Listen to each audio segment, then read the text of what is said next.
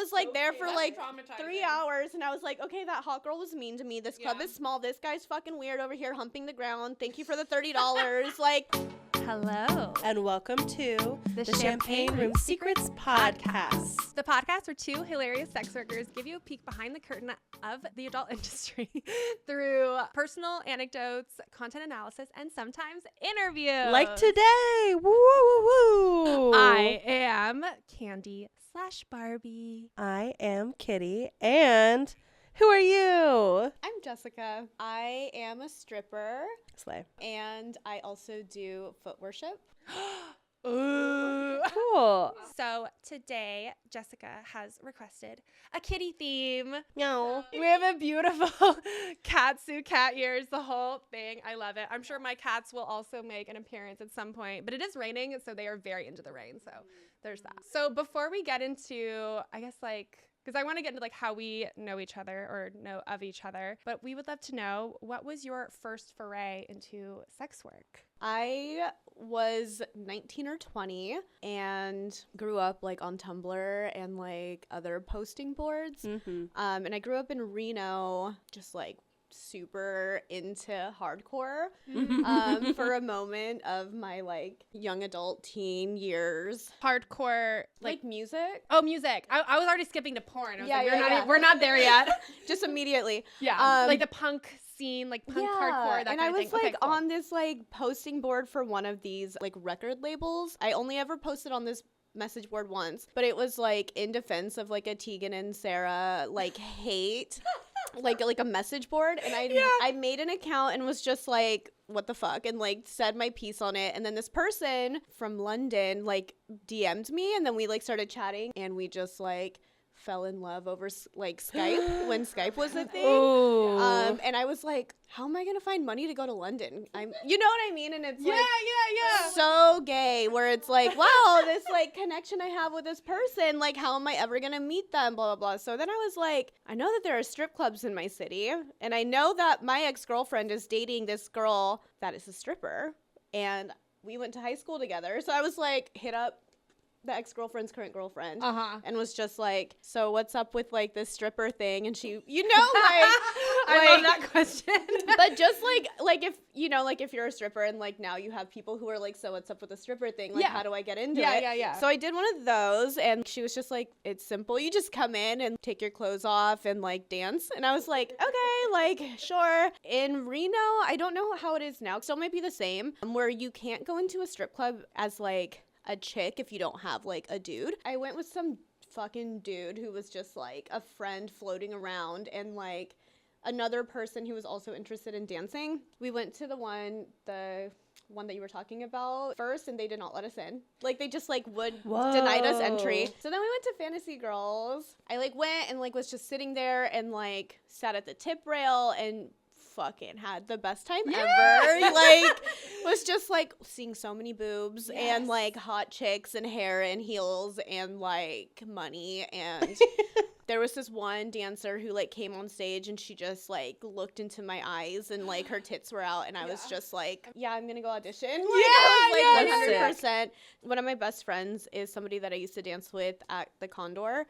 We like met there, and we're like just magnets to each other. But we both talked about our first audition. We talked about this yesterday. Oh my God, wait, can you tell us about it? I love first audition stories. Yeah, totally. I went with two friends, and it was a daytime audition. So it was so Glamorous.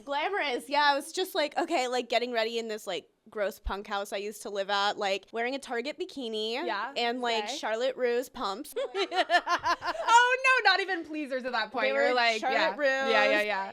I had no idea. You know what I mean? No, of course. My two friends came with me and sat around this like miniature stage. I never showed my tits to like a dude before. Like, have never like been intimate with dudes. You know what I mean? And like I was just like 19, 20 years old, and he's like, all right, so what you're gonna do is you're gonna get on stage, you're gonna dance. Second song, you're gonna take your shirt off, like your bra. And I was like, okay. And then I like did it, and then it was really cute. He like looked at me and like looked at my tits, looked back at my face, and then like looked away, and then like I like finished my song and then I came down. He was like, okay, like you can start. But I was just like, remember him not being like super creepy. He like, but he did like look at my tits and then look at me, and I was like looking at him like, like did it pass? Like did I pass? Like pass you the know, vibe check? The tension. it was so weird. But then I like got the job and then I like started working at day shifts or whatever. And there was this duo. They were a mother and a daughter. Oh my God. Sorry. Wait a second. We just need a second for Sorry. that. Yeah. A mother and daughter dance duo. That would make sold. I was gonna say that would make rooms. so That would much make money. Wait, but they were actually mother and daughter. That's what they said. That's Because what I'm they like, say. that is such a good Yeah. play No, for that's men. honestly. It was like this like Wow. woman, she was like maybe in her like later 40s, early 50s, and this like younger chick like in her early 20s, and they were both redheads. And like no, No. not the redhead. They're so in their niche. Yeah. That's I fucking love sick. that for I them. loved them. I was like thinking about this like on the drive here, but I like remember my first lap dance being very like, you know when you watch a cartoon and like they're pushing somebody like towards something that they don't want to go to, and they're like doing like this or whatever, like it felt very that. It was just like some normal ass like older man, and I was just like, I don't know what to do. Well, you've never you know? been intimate with a man before. Yeah. Yeah.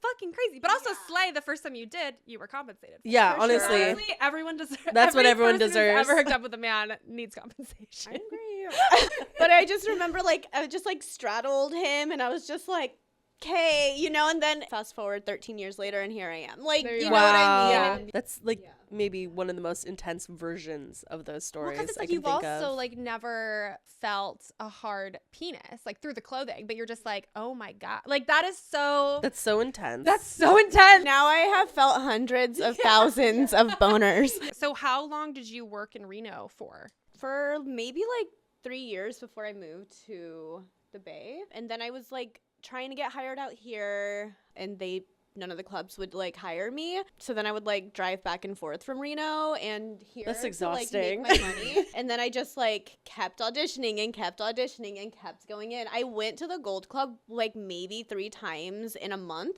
And literally the house mom, after like the 3rd time I showed up, she was like, we said no. Bitch, I'm coming back until you say yes. We said no, but she was hella mean to me, and I was like, I don't care. I was like, I'm gonna keep showing up. Like, I have to get a job somewhere, Yeah. and these are my options. So, like, you're gonna keep seeing me. Do you think it's because you're like more alternative and like it's all very. Yeah, and like when I first moved out here, I was like I'm more tattooed now, but I feel like I looked more alternative then. Like, I had like super purple, blue hair, and like I even have more piercings now than I did then, but I still feel like I looked a little more like alt. Like I had like just like a lot of jewelry in my face that was like bigger looking. That's so wild because just like hiring managers in general, they only, in my experience, hire like who they're like who they're specifically attracted to or who they think people like. But I'm like, literally, men love alt girls. Like, Men love what? anything, yes, really. anything. Like anything Literally. and anyone. Yeah, I was gonna say not even anyone, just anything. You know what they love? A hole. They kind of love everyone. And it's like, I love watching auditions. Like when people come into auditions, and I will watch like some of the hottest fucking people I've ever seen like come through those doors and not get hired because they're fat or then they're black or whatever, you know, and like it just is like so fucking annoying because I'm like, can't we like also decide like who's like working here and stuff? Like you guys don't know because you're not talking to the customers. Yeah. But like Yeah. we are talking to the customers, and like we are lacking so much diversity like just within the clubs as they are, because like men are the ones doing the hiring, and like you don't even talk to any of these guys, and like they like a variety of people, and like you're not really catering to like a greater audience, and like why don't you want to like expand like your business and like people who like come in, you know? And like Yeah. I would be, because I'm very annoying, like I get like when I get In the best of comfortable ways, I'm when sure. I get like comfortable somewhere, like I am like very annoying, and like will just like say what I feel and think. But like I remember like seeing people come into audition, and I would like go to like the hiring manager already and be like, oh my God, that person's so hot, like you should totally hire them. Like obviously, like what the fuck, you're stupid, like it's an obvious yes. And like I would just watch them turn people away, and I would be like, you guys are so stupid, like what are you doing? It's also like I've seen auditions where they are people that aren't, you know, fit into the normal mold of like white, blonde, thin, whatever. And I'm like, I feel like they're already going to say no, but they're having them audition. It's like kind of humiliating. Yeah. Because then like they'll fucking kill it. We're all like, oh my God, amazing. Yeah. And then they'll say no, but it's like extra invalidating. you knew what they looked like when they come in. You could have just said we're not hiring girls, but you had them go on stage. They fucking killed it, and then you also didn't hire them. So now it's just like humiliating. Yeah. Like this one instance, like in particular, I was like working at Condor, and these two super fucking hot chicks walk in, and like I didn't speak to them, but I'm like, their vibe kind of gave off like maybe like Southern clubs or something. Like they like felt very like strong and like beautiful, like dark skinned black women. And I was like, oh my God, like I'm so fucking excited to like watch them perform. Like we don't really have like hella black women working here. And I remember like watching them and I was like, oh my God, oh my God, oh my God. I like hope we fucking hire them. And we didn't, or not we, they didn't. And I was just like, what the fuck is up with that? Like you guys are like, firstly, you're like missing out on your own like money. Cause like these chicks, you can see that they know how to fucking make money. And like, you're not hiring them and bringing them on. And like, for what? And like the amount of times that I've literally heard people like in charge of like staffing the club be like, we have too many black girls. I'm like I've never heard anybody ever say we have too many white girls. Like ever. But I've heard so many times in so many other clubs, we have too many black girls. My friend Vixen, who also worked at the Condor, she like did this like protest to that where it was like we walked from the Condor to Gold Club and it was like a lot of strippers that were like, I was in that. We did that. oh, you were there. Yeah, we did that. It was during the pandemic. Yep. Yeah, we were there. We that were was there. honestly so sick. And then the speeches at the end were fucking Yeah, rad outside of Gold Club. Yeah. Yeah, that was fantastic. It was a fun fucking walk. It was a fun fucking march. Like, just fucking hire black people, period. You know, like, hire black dancers, hire fucking fat dancers, hire fucking trans dancers. Like, it's just like a very tired take that it, like, people have to be like skinny and like white or like lighter and like blonde and like have to like wear your hair in a certain way. Like at Gold Club, you have to wear your hair down. Like you can't. We really? You have to wear your hair. No, literally. And Why do you have like a sexy high pony? That's so gross to think about. Wait, that's crazy. And like one time I remember I was sitting there and I like was holding my hair up like this because it was like really hot and I just like was holding my hair up. The person working the front door came over to me and was like, you can't have your hair up. And I literally was like, are you fucking kidding me right now? I don't have it up. You like, fucking bitch. I'm hot as ball. And when it gets hot, like in the city, because like no one has like, air conditioning. So like I worked at some because we both like worked at the Condor. Like some shifts, I almost had like heat exhaustion. Like I would be so hot, like dripping sweat, slipping off the pole, slipping around the floor. Ew. Like the 2 seconds that I was just like chilling like this, like the person walked over to me and was like, you can't have your hair up. And I was like, I just dropped it and I was like, that's a power move. That's fucked up. Yeah, that's being a little bit of a sadist. I fall into the ideal whatever stripper thing, but like the amount of men who have turned me down. Well, it's just like a guy will tell you when you're absolutely not what he wants, and he'll tell you exactly what he wants. Yeah. And if he's doing that in the club right. to all of the people that are like the ideal, then obviously they're not. Not that anyone's ugly, but just like obviously there's a desire for things that aren't available. We just need like another worker-owned place where like we can all just come together because like it is tired. I'm like tired of making these men money. Like I really just am. I'm tired of them taking all this money from me and like not even fucking giving a fuck about us or like protecting us. So chronological question. How long did it take to get you hired in San Francisco? I think I went to Centerfolds. And then I worked there for like a couple shifts and it's a full nude club. I don't mind doing full nude. I actually kind of prefer it. But it's like an 18 and up club and like a juice bar. And there was like weird things there that I just like wasn't super comfortable with or enjoyed. And then I went to Hustler Club because I love to jump clubs. I love to see what is happening where. And like I'd be showing up to auditions and I'm like, let me work here. Oh, actually, I worked at Hungry Eye first. Like that's for like 3 hours. It was So funny. And actually, that's where I met my friend Giselle, because she was working there, and she is so hot. And I remember meeting her, and she was so mean to me. She was so Which mean to me. sometimes makes them even hotter. Yeah, and Be I mean just, to me.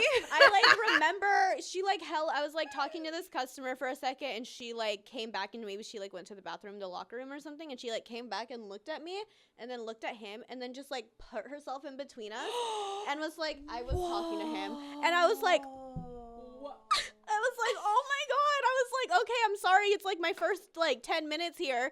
And then I just like remember going on stage, and this like dude was fucked up, and he like threw a 20 at me and a 10 at me, and then like walked on stage himself and was trying to dance. No. And then I like got my stage money and left, and I was like, I'm not working here. Like that was Yeah. like, I was like there for That's like traumatizing. 3 hours, and I was like, okay, that hot girl was mean to me. This club Yeah. is small. This guy's fucking weird over here humping the ground. Thank you for the $30. Like, I'm gonna go. That's bad vibes. So It was- stressful. But then I went to Hustler, did not want to hire me, but the DJ there, he fucking looked out for me and like was like, actually, go down the block, go to Condor. They'll hire you there. I'm gonna text the manager right now. So then I like go to Condor. I don't actually remember auditioning there, but I just remember like that was like the club that like I like landed at and was like there for like 5 or 6 years, and I like bartended there and cocktailed there and danced there and like loved it. Would you switch between those jobs depending on like how busy it was or what was making the most money?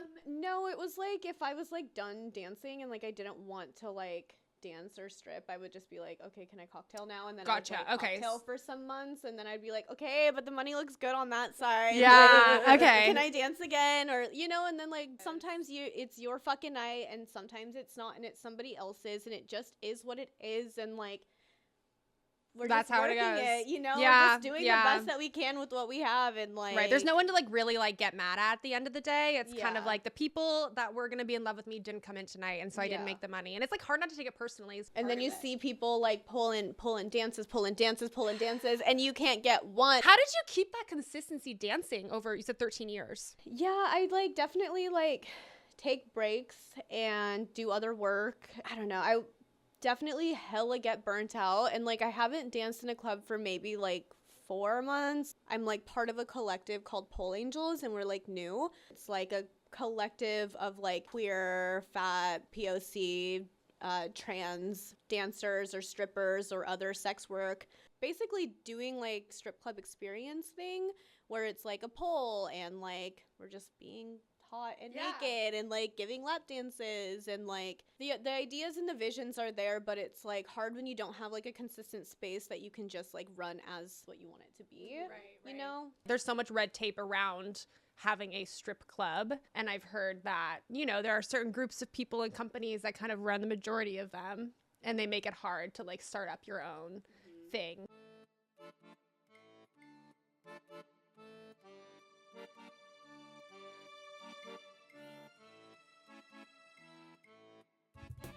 And the legislation is pretty fucking complicated on the Right. local level. So when you're working at the Condor, this legislation passed, AB 5, you were no longer a contractor but an employee. How did that change work for you? When it first happened, it was just so unbelievable to see the amount of money that they were like keeping, because it's like all printed like on a check. I think it's like the first 200 or 250 that you make goes to the house, so you see none of that. Yeah, the first 150 of all lap dances, private rooms, those are like the same thing. And you're getting like a minimum wage base pay. I have like still all my old pay stubs and stuff. I kept it all. Maybe sometimes you don't even sell $150 a night. You know what I mean? And like you're not even making that, but they're like asking you to do that by like a certain time. Like it's like I would be sitting at the bar and managers would come up to me and stand next to me and like tap my shoulder to be like, you need to like make like the money or whatever.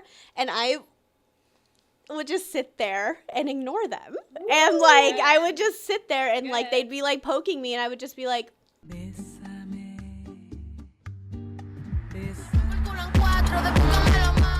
and ignore them. I would ignore them. I'm not a stripper to be fucking micromanaged. And don't tell me who to talk to. You also have never done this job. So how would you fucking know? It's like, what if you're just like, what if you're having a day and you're conserving your energy because it's slow, and then once it pops up and then you're going to go around. It's like they don't know what's going in your head. They just like look at you as like not like a human being. You're just like a workhorse, and they're like, money, money, money, money. That's but you're what like, it feels like. yeah, but it's like that you don't know like the process of what's going on. Also, it just feels like very pushy in this way, and I'm like, I will decide who I want to talk to. If I want to talk to somebody, I will, but like, do not tell me who the fuck to talk to and like have me sit next to somebody. I'm not doing that. Like, if I want to, I will. I'm a grown person. Like, I know how to do this work. It was like pretty shocking to see. Like, I remember when it first happened, like a lot of us were like sharing our pay stubs on Instagram stories to like show people. I think it might have been my friend Vixen posted their pay stub, but basically they had sold like $1,200 worth of dances. It's a lot of money. You expect to leave with a lot of that money. Yep. They walked out with like 200. Oh. And the rest of it went to the club. I don't know how the math on How that do, one. yeah, how do you But it was justify like that? it was like showing like it was, I think maybe it was like their printout receipt, and it like was, So what do you get at the end of each shift? You get your receipt emailed to you with all your dances sold, and then they're cut. and then it was like cash in hand was like $250 or something. That's disgusting. I think my best night I made $1,900 or $2,000, and I took home $900. Hi there, this is Editing Candy. I actually wanted to go through some of my records and share some of the numbers as examples of what the club would take from us after every shift. So we actually got paid $16.23 per hour. As like the minimum wage. And then you can see here on October 14th, 2021, I worked a total of 6.38 hours for about $103 in hourly wages. Now this is before tax, so keep that in mind. I made a total of $1,400 in VIP rooms and lap dances that I sold. From that, they took $700, leaving me with $700 of the dance cuts. A similar shift I had was on December 20th. I made a total of $1,100 from VIP rooms and lap dances, where they took $580, leaving me with $520 plus the hourly wages for that night. So I just wanted to give a little example of the money they would take, and I just wanted to use some of my receipts. Okay. There was almost like no consistency too, which I noticed because I started tracking all my own dances, and they would like cut up the dances weird to like fuck with you, and they made the rules like so fucking confusing. But also just watching them keep the majority of the money and doing none of the work. Like that. Not even, did you ever feel like protected at that club by? No. Dude, I'm No, just curious. not at any club really ever, Yeah, and yeah. never by floor staff or management, but yes, by other strippers. Security is a joke. They don't give a fuck. I'm sorry, like they don't. They're there to get like maybe $5 when they walk you to your car at the end of the night. You know what I Fuck mean? that. So When I started like paying those people, there was like one security guard I liked, so I would like give him like a 20 or something if I made money, and then he started looking after me. It was like you kind of have to like make mini contracts within the club like environment, so you get like protected and taken care of. Even like at the end of the night, we would like turn in our money, and this was a thing that was like implied when I was hired. If you give a cut to the person, to the employee counting your money, then they're going to let you keep a little bit more of your money. yeah. It's kind of like well, this is how much, and then you decide like, oh, keep this much, and then they put it into the computer. Everyone's there grifting. Because what you tip out the DJ, Yes. security, House mom if there's a house mom. bar, house mom, person counting your cash, The person selling VIP rooms. fucking cashier. That's what that job is. And that's after everything's cut from your income. Yeah. That's like kind of impressed me that you've had such a long career in that thing. And you're like, well, taking little breaks here and there for like probably mental health or just like getting burned out and then like getting back into it. Like, And just like thinking of like different strategy, you know what I mean? Yeah. Because like now I have a different strategy and I'm like, okay, I'm gonna go back. You know, like I have like a different approach now because like for the longest time I was like, fuck California clubs, like I'm not going there, and now I'm like, okay, I have a different strategy. I'll try it. yeah, You know what I but you mean? do have to be like, you have so much experience and like you're very smart and you're like, you know that environment so well. So you're able to be like, okay, I can like use this environment to my advantage now. Yeah. Because I know the system. And you talked about potentially want to teach pole as well. That's really cool. Yeah. Like in this like same vein as like how I want to like do these like queer like strip club experiences. Like I like very much want to like have like queer and trans pole classes, like that Yeah. are like kind of only for queer and trans people. You that know would what I be mean? really cool, especially because like you carry such a spirit of inclusivity in how you approach everything. I feel like that's a space that still feels kind of inaccessible as like a non-binary person, as a fat person. And there's like little things here and there. There's this teacher here, whatever there, but there's no space that feels like I should go. Yeah. There's a lot of like I could maybe. Yeah. Yeah. I just want it to look like my community, like the people that are like in my community that I hang out with, like my family. Because like so many people like want to like learn pole, you know, and It's physically very open. I guess you could argue like emotionally open. So it's like you don't want to have your people coming into these spaces. Like they're not going to be as comfortable. Like they're not going to look around, see a bunch of like blonde whiteies in tech and be like, great, I'm gonna like be like super vulnerable in front of these people. Like you want it to feel like, wow, like these are my people. I feel safe, comfortable. I feel comfortable here. Being new in the like pole studio space, are you running into like moments of horophobia as someone who's been a stripper? I would say it's maybe a little uncomfortable. Nobody's been like weird to me about like being like a dancer or a stripper. Like there have been like a couple, like they do like icebreakers in the beginning where it's like, what do you, like so one time it was like what do you do for work? And I was like, I hope somebody else says like some type of sex work or like stripping or whatever. Of course, nobody did. Everybody was like, I work in tech. I'm a principal at a middle school. And then I was like, I'm a stripper. And then everybody was like, and like looked at me, and I was like, yeah, dude. I feel like that's kind of like a reaction that I get a lot. Like I don't really get like hated on for being like a sex worker or stripper. I think if anything, people are like very intrigued by it. And this is like my own experience, like existing as myself, you know what I mean? Like, but then again, it feels weird and then like othered in this way where I'm like, okay, but you didn't at the principal, like, you know what I mean? It's like a zoo animal thing where it's like people don't go to a zoo and they're like, fuck these animals, I'm shaming them for being in a cage. But they're like, oh my God, like, look what they're doing. They're in their natural habitat. You're like, what's it like? And you're like, okay. And it is kind of like a weird thing. The most like kind of a horrorphobic, maybe not horrorphobic, but like scared of sex work have been like middle-aged, like white liberal women. Those are the conversations I would have at like the Condor and be like, well, I don't usually come here. I'm a feminist. And like, I'm not like ever trying to like education shame anyone, but I'm like, I literally studied like feminist theory and gender theory in college and got a degree. And I'll like explain why I think it is very feminist. And they're just like, what? And I'm like, that's right, bitch.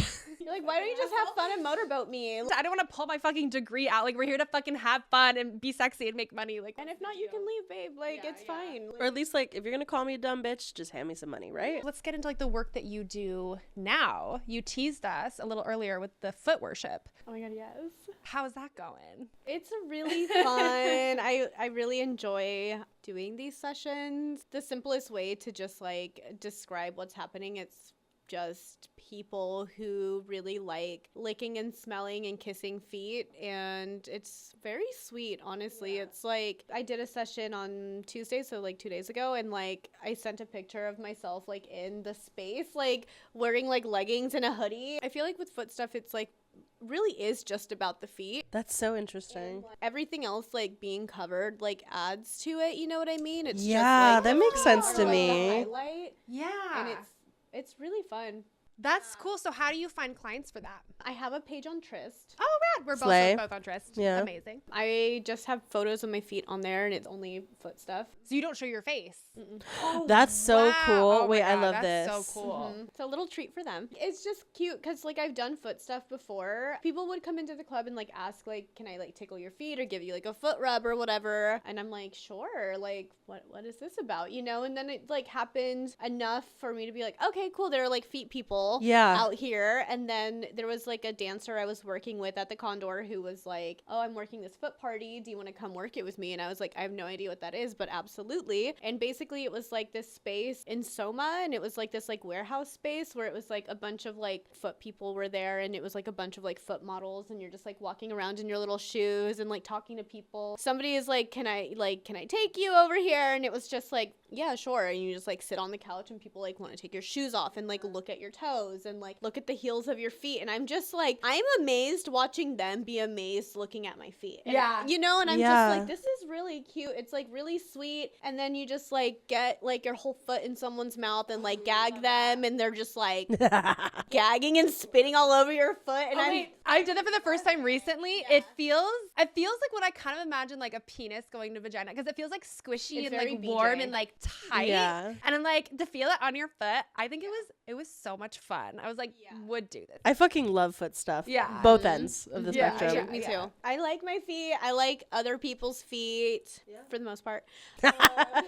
So you did this party and then you decided to start like advertising on your own. I did this like other foot worship session. I like had a very brief stint at this BDSM dungeon in Manhattan for like 3 days. Only because like I just felt like some of the stuff I didn't have like prior experience and like they weren't really providing any sort of like education. Ooh, that's kind of scary. It felt dangerous and I was like, I'm not gonna harm someone or like not get clients because I don't have the experience in certain things. So one session I did was this like older dude who was like sitting like laying under a chair and then like his goddess had like the chair over him like this and he was just like sucking on her toes and then like asked me to come in and like sit in and I was like, oh yeah, I love it here, I'm comfortable here, and like kicked up my little feet and I was like, this is so fun, and like like was kind of like reintroduced to like something that I've always liked doing. And then when I like moved back out here, I was like, I want to see if I can like just do foot exclusive stuff like on my own, because like I don't like see any parties happening, like foot parties or anything. So I was like, I'm just gonna like put an ad up and like people respond, and I'm like, it's so fun, it's so chill, I get to wear cute shoes and have cute pedicure and like just watch someone like massage my little feet and like it's cute. I love it. It's so cute. Oh my god, that's so rad. And like a lot of like walking on people and like kicking their balls and okay, little I love that. Yeah, that's trampling, like jumping on them, like you were saying, like feels very like I think BJs look so cool. Like getting a BJ looks so cool. So like that is like the feeling I get when I'm like having my foot deep throated by some dude. Like this is my BJ. It feels even like a little more degrading too. Do you do digital as well or just in person? I did like OnlyFans for a while over the pandemic, as many of us did. Yeah. And like videos are like not my thing. Like it takes so much. It's so much. But there was like a person that I had on my OnlyFans who really liked foot stuff. It was very specific. He wanted me to do a video of me like smoking a J and getting my like feet dirty, like walking around like barefoot, and getting my feet dirty to this like specific song that he liked. Ooh. And it was so chill. And I was like, yeah, because I would listen to the song anyway, and I would walk around barefoot smoking a J. Do you have like within your whole sex work career, do you have any stories or nights working that really stand out as like iconic or funny or wackadoo? There was one that was like really early on in my like dancing career at Fantasy Girls, because I was like, you know, kind of shy. My first name was Bambi, and like it was so cute. I love that as a stripper name. That's adorable. I was like working and I like sat with this just fucking older dude, whatever. I was like sitting with him, talking to him, and like he was so gentle and so sweet, and like I think like we went back for a lap dance and we were like sitting on the couch and he like started crying and I was like, ooh. I was like, what's up? Like, you know, like, what's up? And he was like, my wife died of like breast cancer. Oh. And like, he was like, I know. And he was just like thinking about her. And he was like, and I haven't had breasts on me for a really long time. And he was just like getting emotional about it. And I literally was like, I was like, you know, and like was just like hugging him and holding him, and like he was just like hella crying, and I was like, that night really sticks out to me, and I think about him sometimes, and I was just like, that's really sweet. And I was like, this is why our work is so important. You know what I mean? Like for moments like that where it was just like, you just kind of need like the intimacy, connection, companionship. Yeah. And like, I like to provide that for people. It's like really important. I get it. Like a good hug will fucking change my whole day. And if it's given to me by some hot person in a bikini, like even better. And like maybe I pop a boner and it gets grinded on a little bit. Like great day for me. Is there anything you want to plug? Anything you want to share? Well, Pole Angelz is happening. What's your handle? Never__meant. Slay. Slay. Well, thank you so much Yeah, for coming thank out you. here, Holy chatting with us. shit. Thank you for listening and or watching this episode. Make sure to give us a like, a comment, a subscribe maybe. Please do. Review. Please review us, y'all. Bye.